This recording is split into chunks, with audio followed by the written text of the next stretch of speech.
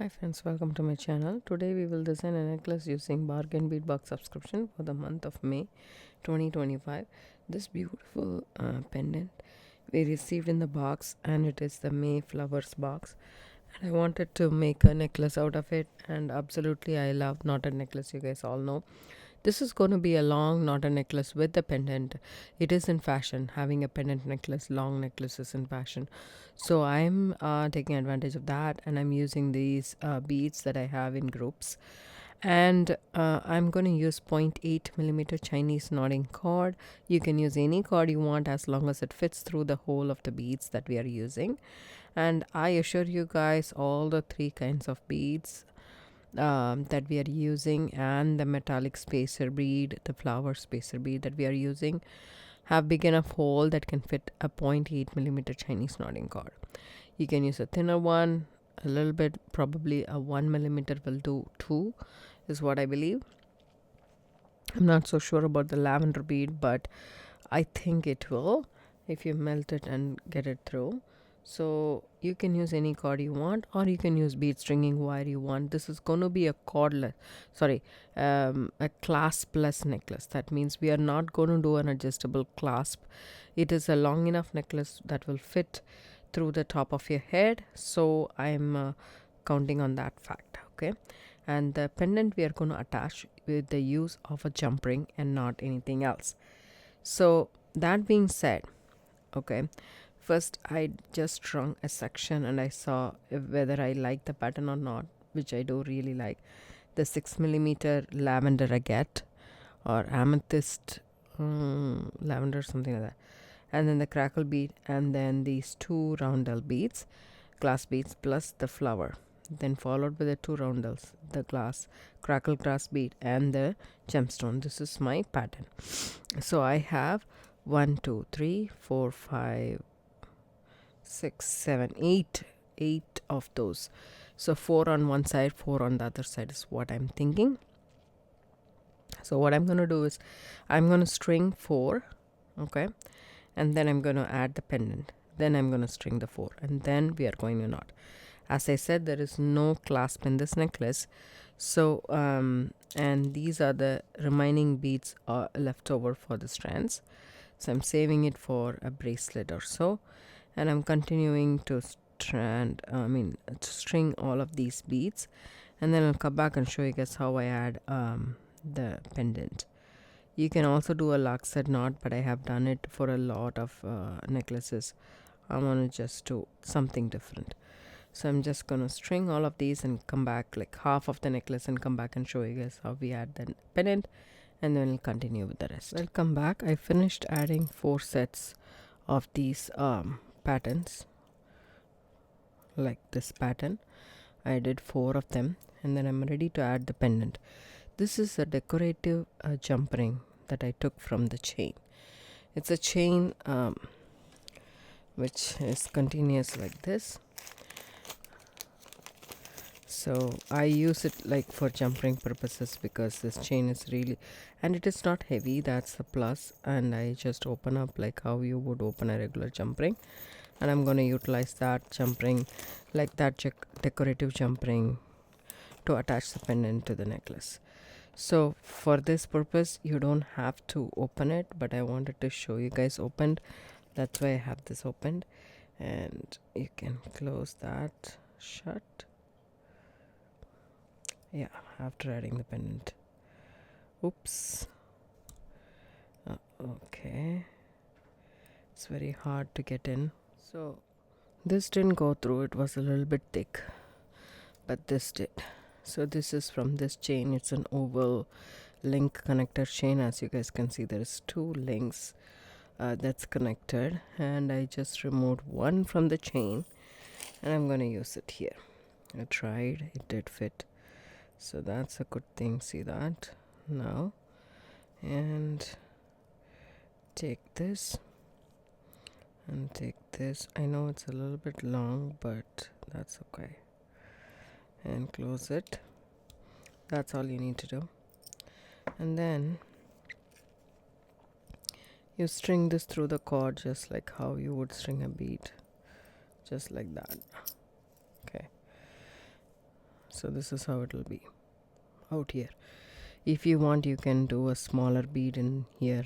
It's totally up to you, but I'm okay. I just want that to be there. So then I continue stringing all the beads. Then I'll come back and show you guys how we knot and get this necklace going. And as I said, there is no clasp, not even sliding clasp. So let's see how we can finish the necklace without a clasp, but it's a long enough necklace to go over your head.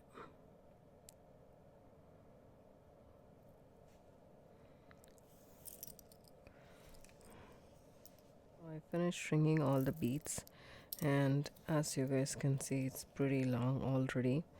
It's 12 inches long, so you don't even have to knot every other bead, but I wanted to do so.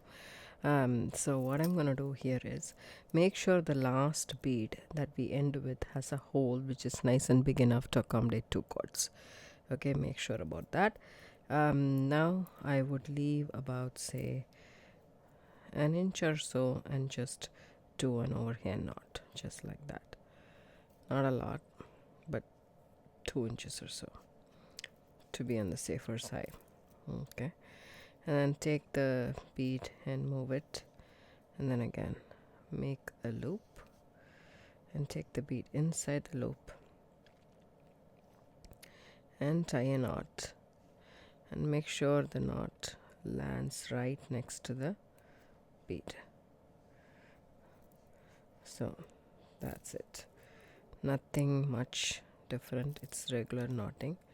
So make a loop, take the end, go through the loop, and then pull that cord tight and hold it between your fingers, pinch it within your fingers and pull. Then the knot lands right next to the bead. So I chose the lavender color because I want to amplify the lavender color element in this necklace, but you can always use a darker color that will give a different effect of knotting altogether. But I just want it to be all about lavender, so I'm using the lavender color. As I said, between every other bead there is no need and necessity to knot, but if you feel like, you can knot it. It's already 24 inches long, so it will go over the head immaterial of whether you knot between the bead and gain some length or so. It doesn't matter. So this is a hand knotting technique that I use, but you can always use the beadle on knotter tool because I want a little bit of a gap. I don't want this to be very tight.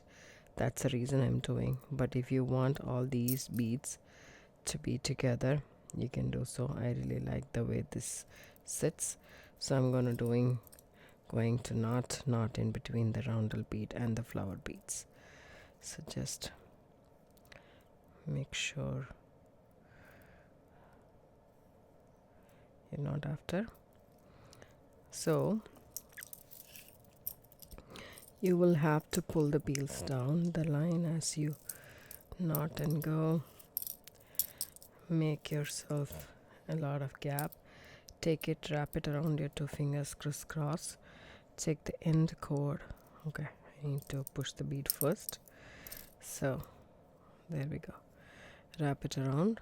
See, first take it and go over the index finger, middle finger, and come back, and then take the entire end and go through that between the 2 fingers, and then here we have this, right? See how I'm holding it, and I just transfer it to my index finger in my right hand, and I pinch these and then pull, so thereby the knot will land exactly where we want the knot to land. You can also use tweezers. I have gone through this time and again in my videos, but don't worry, I will go through once more. Here I have a tweezer. I have tweezers, and then take the bead, make a regular overhand knot just like that, and then leave it down on the mat.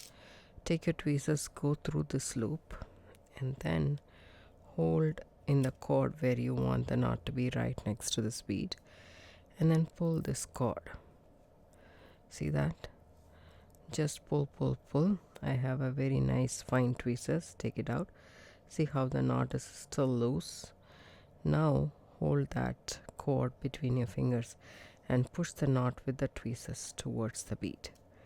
So there you get your knot. So you can do either way. I'm fine with hand knotting because that's much more faster and easier without any tools. So I just do the hand knotting technique. I used to knot pretty tightly because I know for sure it will loosen up and to relax a bit. But I no longer do that because I feel that the necklace is crooked in some places. So I just leave a little bit of leeway. It's okay to do that. See this? That's how I like it. If I do it really tight, it just crinkles it up for sure, which I'm not a big fan of. So nowadays I don't knot very tightly, but I make sure there is not a lot of gap either. If you can see how it twists, and then it's not nice flowing. So that's what happens if it is very tight. So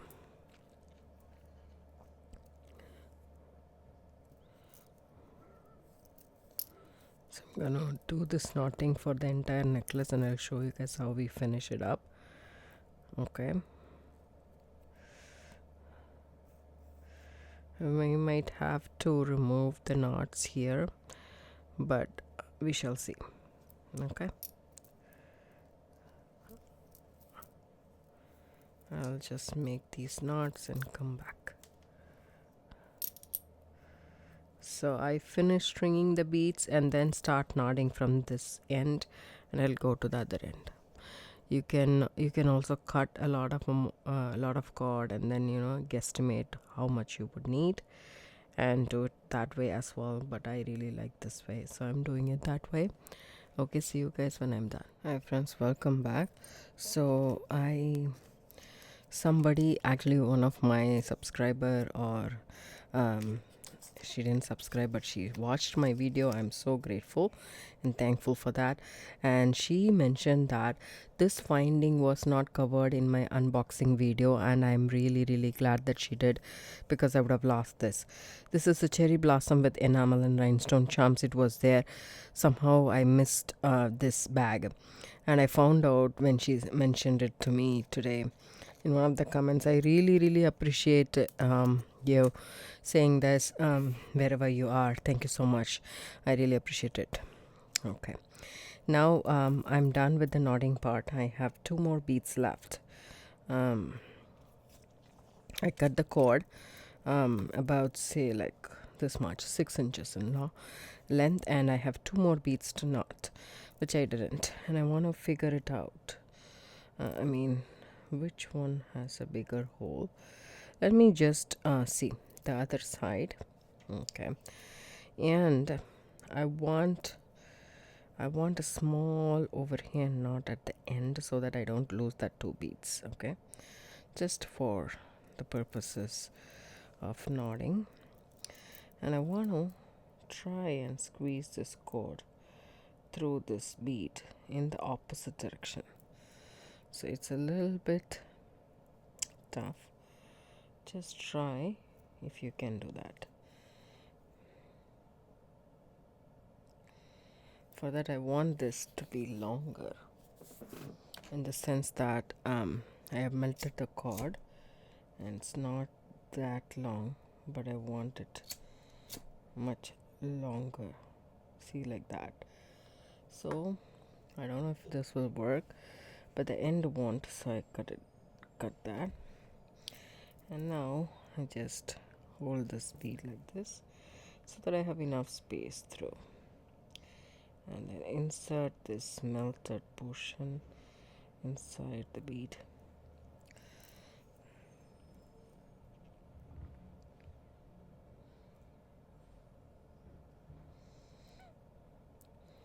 I got it the other side. See, that's what I wanted. As you guys can see, right? That's what I wanted. And I wanted there will be a knot here, which I should have done it first, but okay. Now I can knot it here, and then I can if I want, I can do one more knot here. Yeah, that's what I wanted to do. Anyways, I will take this off and I will remove this last knot that I have put.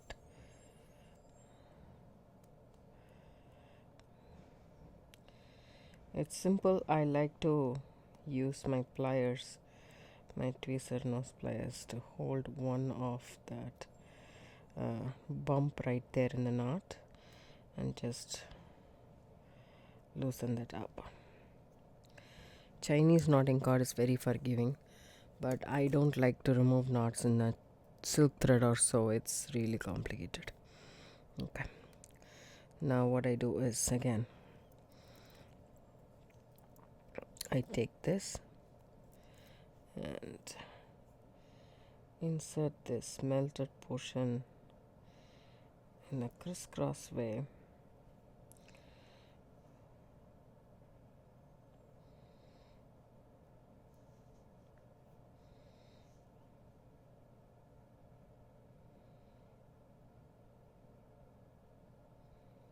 There we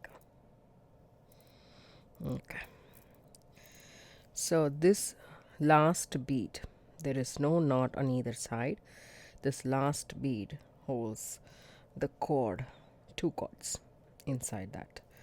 So now I want you to leave the cord where there is a knot here and take care of the other one first. So wrap it around. Just watch carefully. I will just zoom in a little bit. Okay, so this cord, right, the one there is not, I'm leaving it there. Take that one, go around the necklace, make yourself a loop, and go ahead and go through the loop once. Okay, and then tighten that up.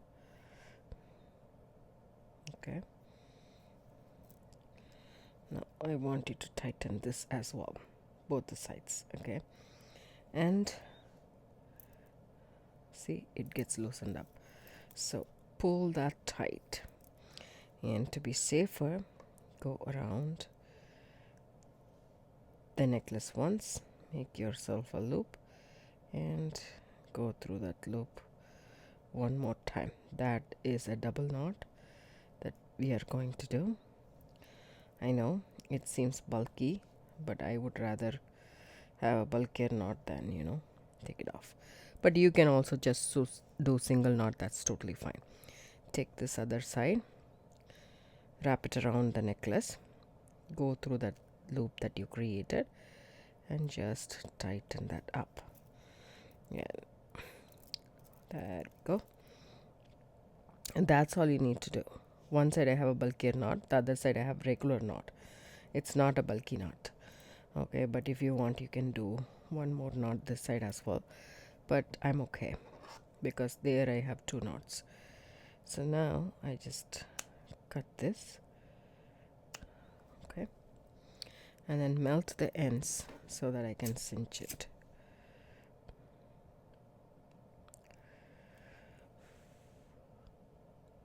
Okay, cinch it on top of itself. There we go. And over here as well.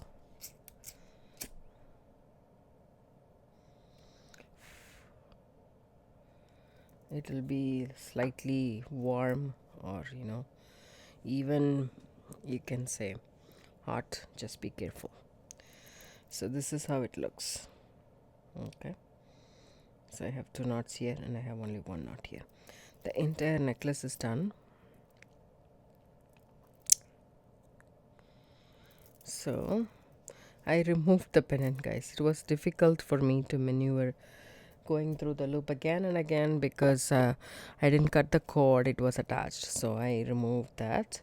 but it's easier, right? Because I have a bigger jump ring, it's much more easier for me to put this on later than holding it and going through the knot every single time. So just close this.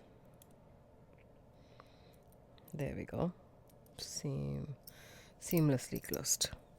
See this is my necklace. I really like the way this turned out to be. I hope you guys like it too. Let me just zoom out a bit to show you guys the full. I tried to use the round one, which would have been nicer, even more nicer, but I really like this as well. But the round one was a little bit thicker, so I used the oval one. So you can use any jump ring you want. You can use regular jump ring also, but this decorative jump rings adds a nice touch to the necklace. And this can be worn just above your head, and it looks extremely pretty. And you have the gemstones, the crackle beads for just a little bit pop of a darker color, some metallic elements in this necklace, and also a pendant, a gemstone pendant. So both the sides look nice, so you can do either way. And this necklace measures about, say, I would say 33, 66, about say 72 centimeters. Okay, and this is nice and long, and you can wear it for, perfect for this summer spring wardrobe.